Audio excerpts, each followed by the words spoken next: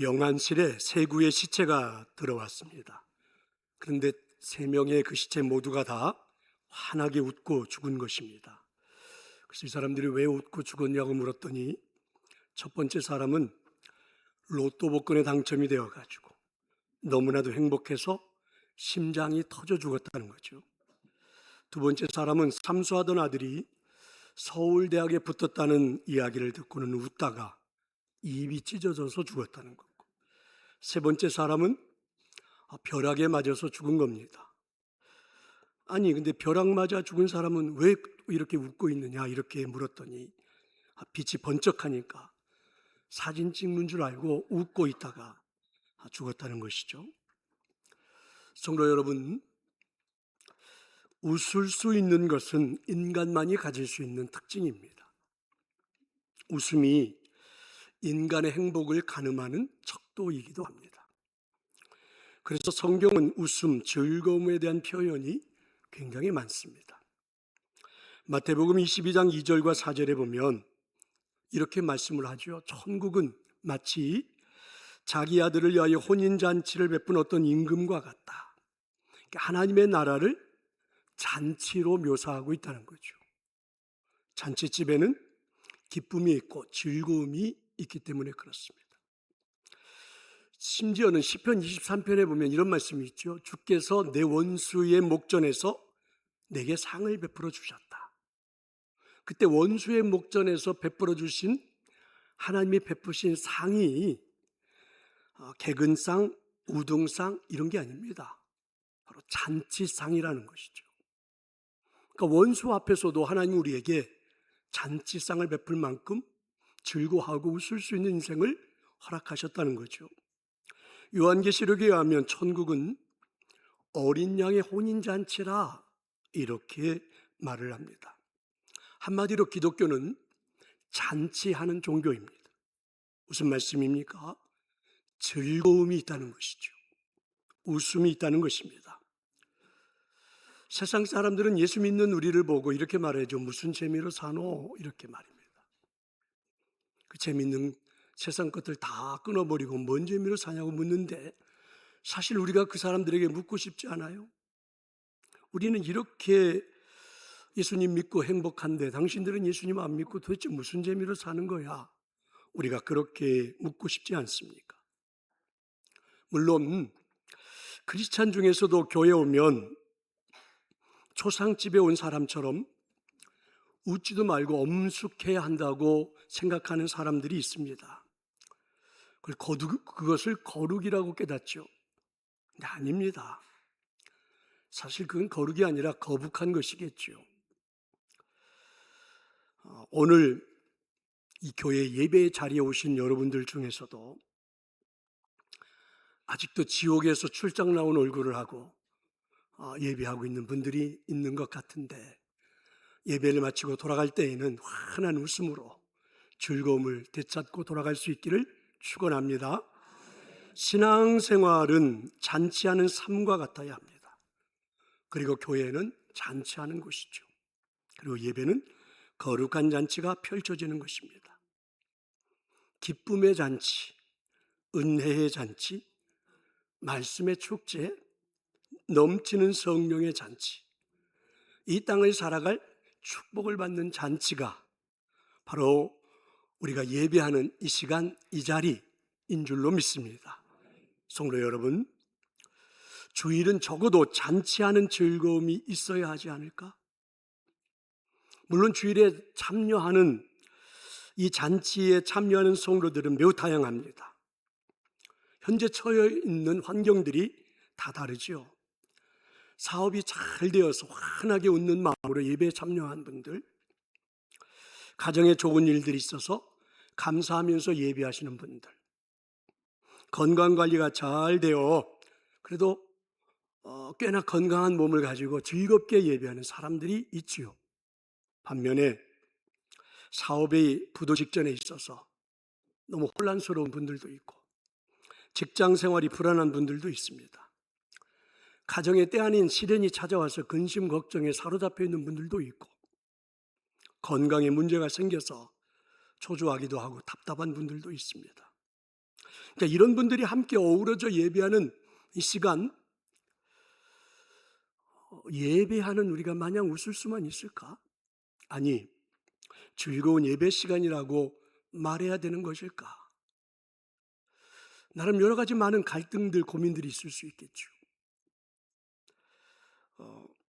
저는 이번 대신방을 하면서 모든 성도들의 가정을 위해서 기도할 때에 공의했던 기도가 있습니다. 하나님, 오늘 이 가정의 귀한 성도님들이 주일이 가장 행복한 날이 되게 해 주소서.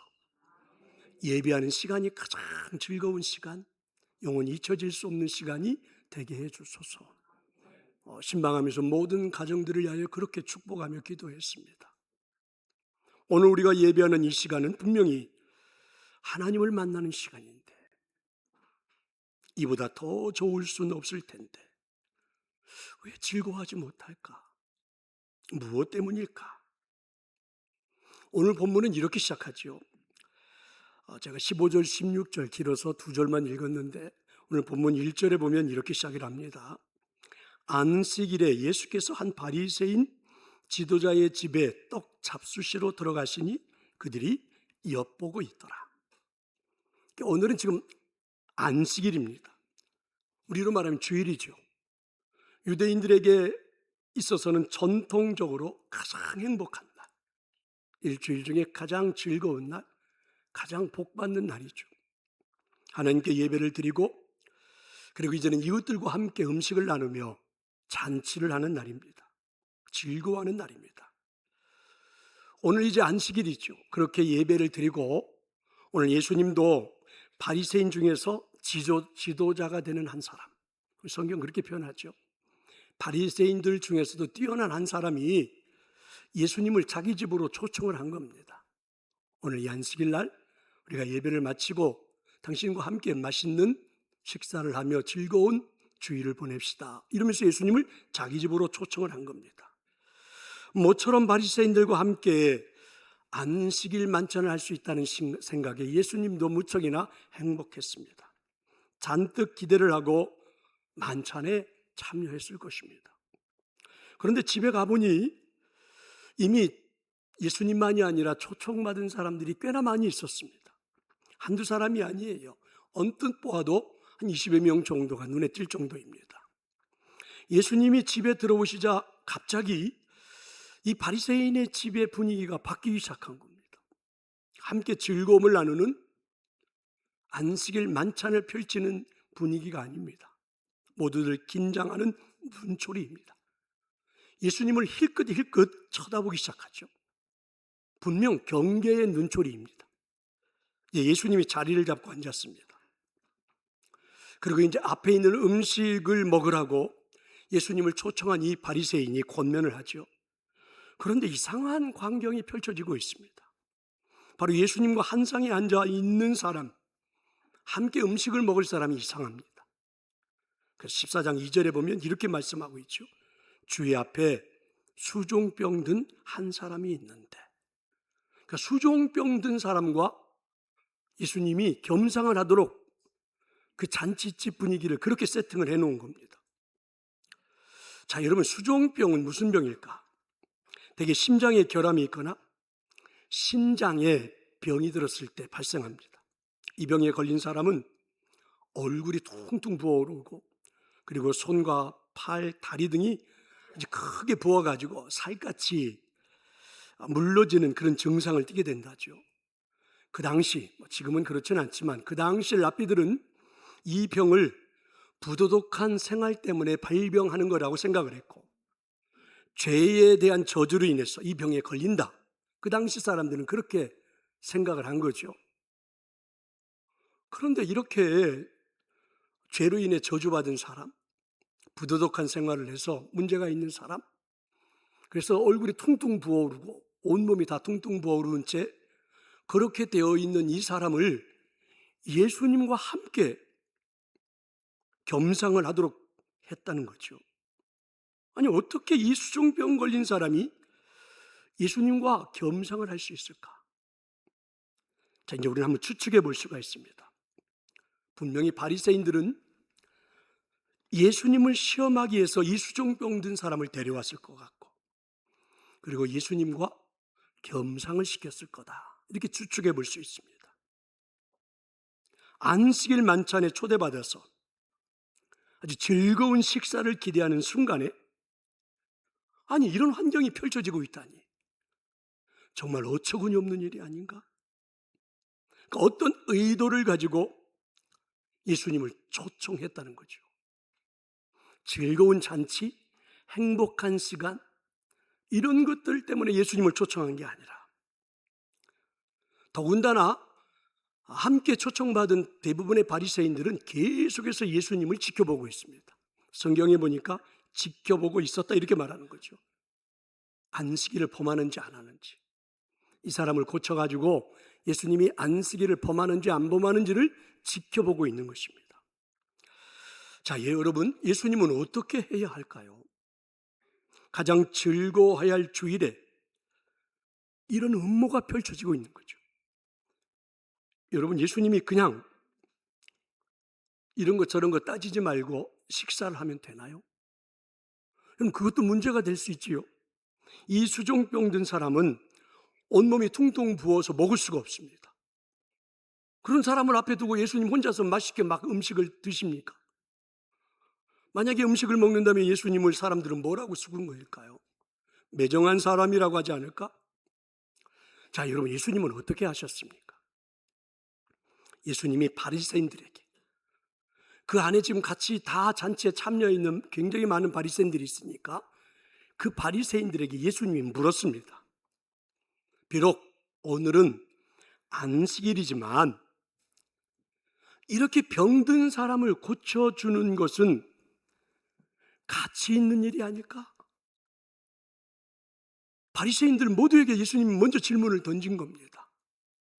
아무것도 먹지 못하는 이 사람, 병들어 있는 이 사람을 오늘 고쳐주는 것이 우리 모두에게 이 안식일을 지내는 정말 가치 있는 일이 아닐까? 하고 예수님이 바리새인들에게 질문을 던진 거죠. 누구도 토를 달지 못합니다.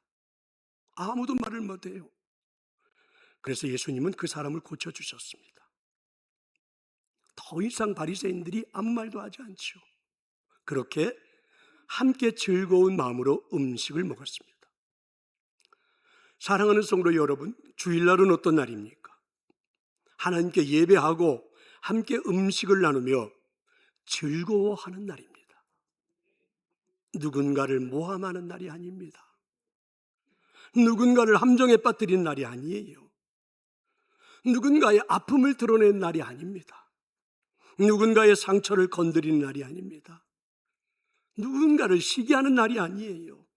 누군가를 미워하는 날이 아닙니다. 설령 수종병에 든 사람이 있으면 고쳐주고 함께 음식을 나누는 날입니다. 예배 속에서 즐거워하지 못하는 것은 여전히 우리의 이런 악한 마음 때문이 아닐까? 16절의 말씀처럼 어떤 사람이 큰 잔치를 베풀고 어떤 사람은 하나님이십니다. 하나님의 큰 잔치, 천국과 맞먹는 큰 잔치, 바로 안식일 날 베푸는 잔치입니다. 왜요? 함께 즐거워하라고, 함께 음식을 나누는 날이라고, 함께 활짝 웃는 날이라고. 오늘 시간 예배하는 여러분 모두에게, 오늘 이 자리에 참여한, 그리고 오늘 이 하루 이 교회에서 시간을 보낸 우리 모든 성도들이 정말 행복한 시간을 보냈으면 좋겠습니다. 우리는 주일에 함께 예배하고 함께 하나님의 축복을 누리는 즐거움이 있습니다. 이것이 주일에 교회 오는 이유이겠지요. 누구를 미워하기 위해서 예배에 참석하는 것이 아닙니다. 누구를 원망하기 위해서, 누구를 음해하기 위해서 예배하는 것도 아닙니다. 하지만 이런 악한 마음이 우리 안에는 여전히 살아있죠.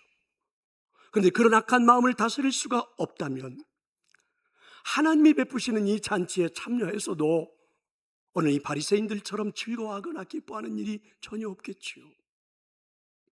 행복한 예배가 될 수 없을 것입니다.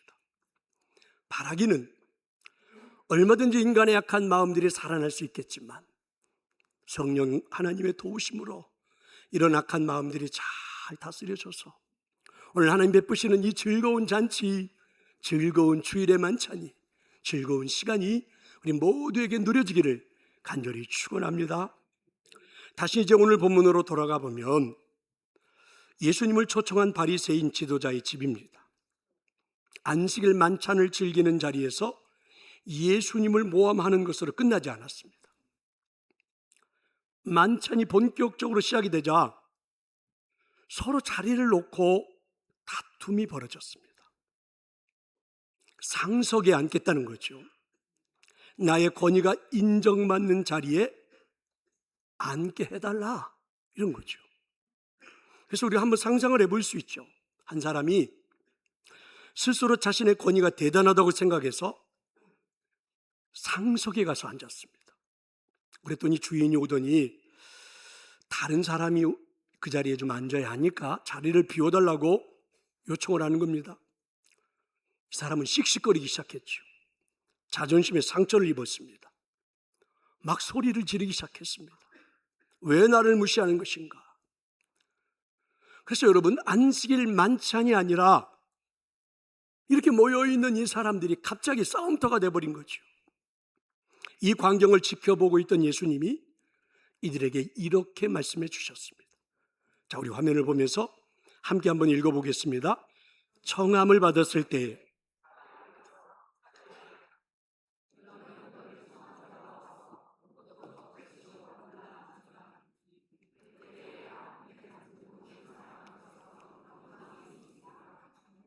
그렇습니다.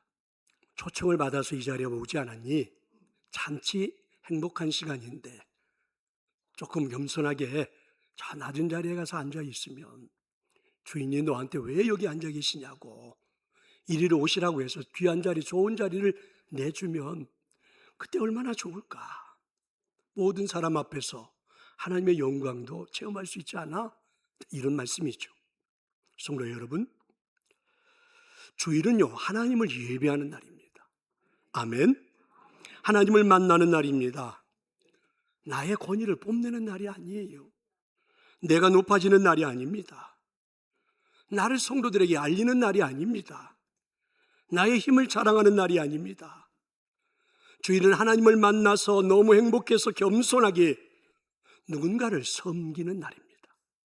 하나님을 만난 행복에 넘쳐 가만히 있을 수가 없어서 누군가를 섬기는 날.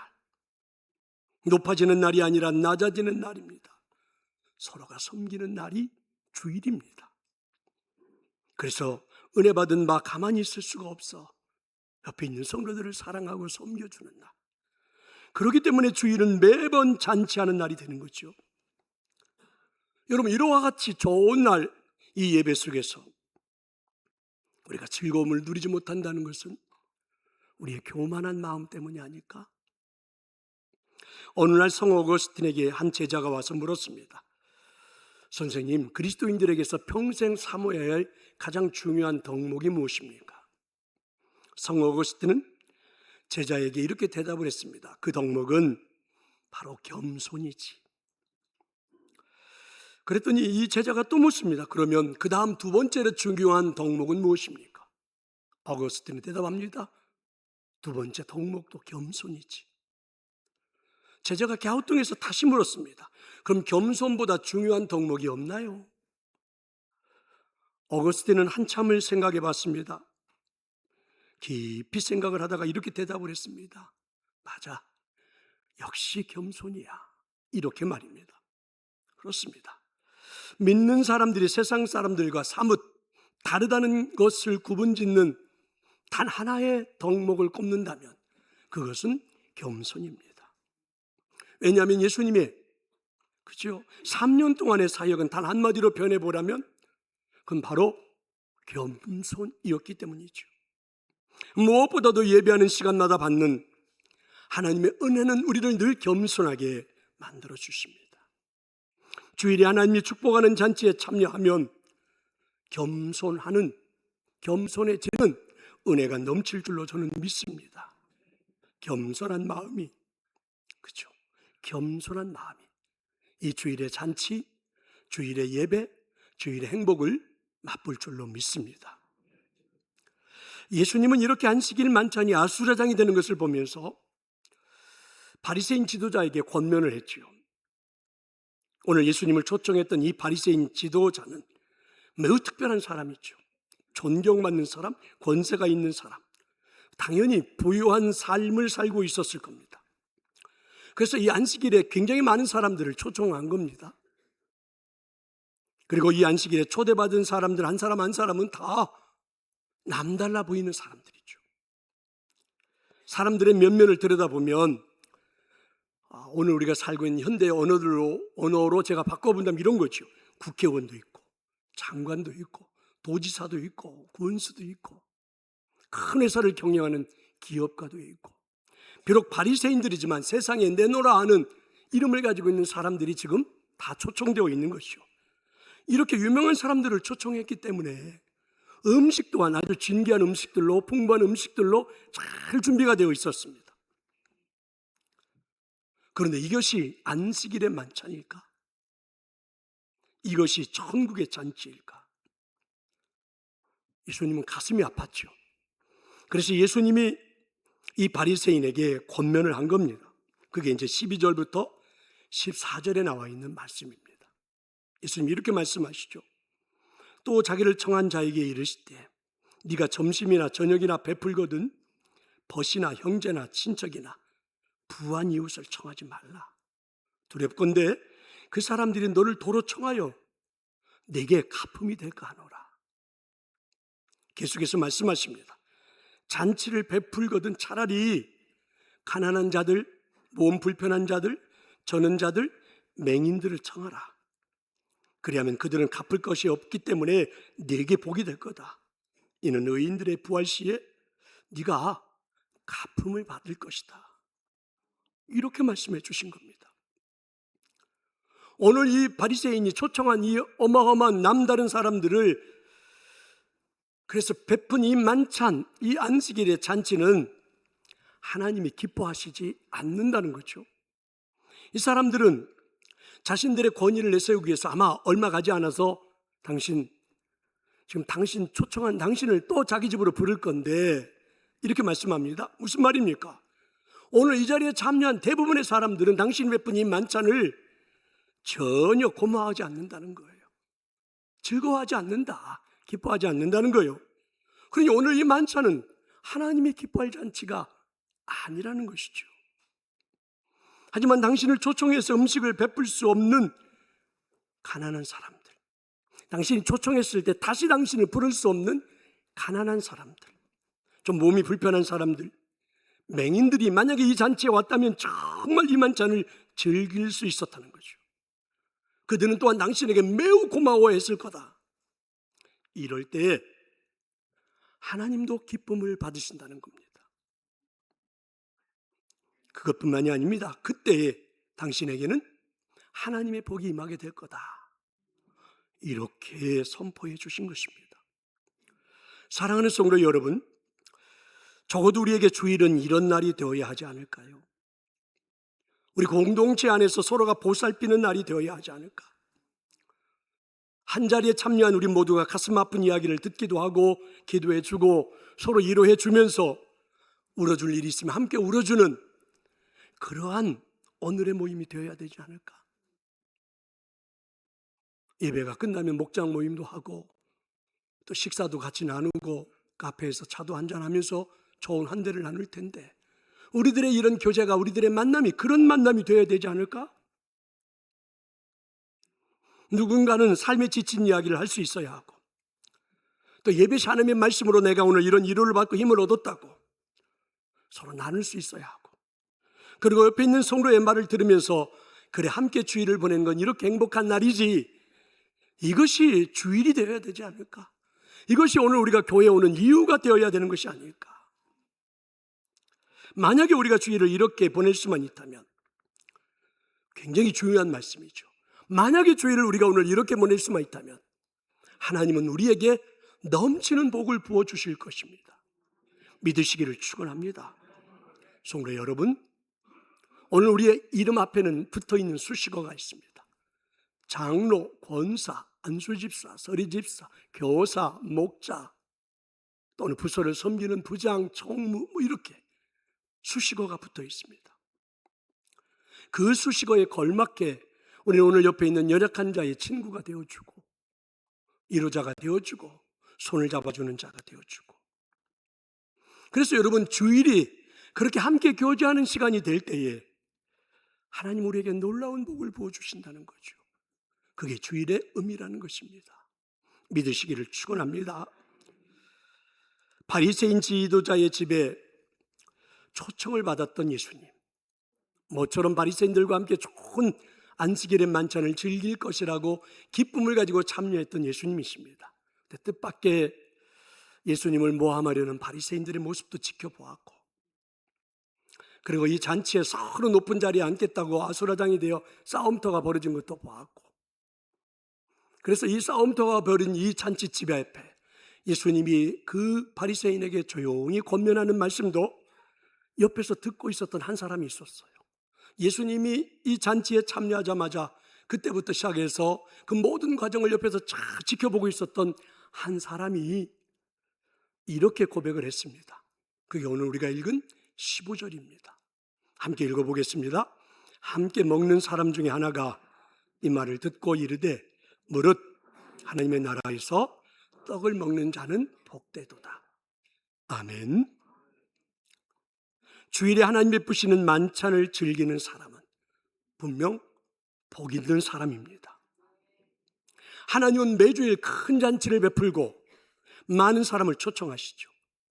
그 잔치에 초대받은 여러분, 오늘 이 잔치에서 말씀을 먹고 이 잔치에서 옆에 있는 성도들을 만나고 오늘 이 잔치에서 즐거움을 누릴 수 있는 여러분, 진정 여러분은 복받은 자들입니다. 하나님 나라에서 떡을 먹는 여러분들은 복받은 자들입니다. 오늘 이 주일이 여러분에게 가장 행복한 날, 가장 즐거움이 넘치는 날이 될 수 있기를 축원합니다. 한 가지 이야기를 하고 마치도록 하겠습니다. 요즘은 그런 일이 거의 없지만 옛날에는 교회들이 부흥회를 참 많이 했죠. 그러면 부흥사들이 와가지고 교회 집회를 하는 동안 꼭 이런 일들이 있습니다. 헌금을 작정시키는 일들이 있잖아요. 그래서 이제 그날도 이 교회도 이제 이 부흥사가 저녁에 집회에서 헌금을 작정하려고 합니다. 그래서 이제 피아노 반주를 하는, 예배 시간에 반주를 하는 반주자를 불러놓고 내가 오늘 저녁에 100만 원 이렇게 하고 감동되시는 분들은 자리에서 일어나십시오 이렇게 말할 때 당신이 아주 좋은 곡으로 반주를 잘 하라.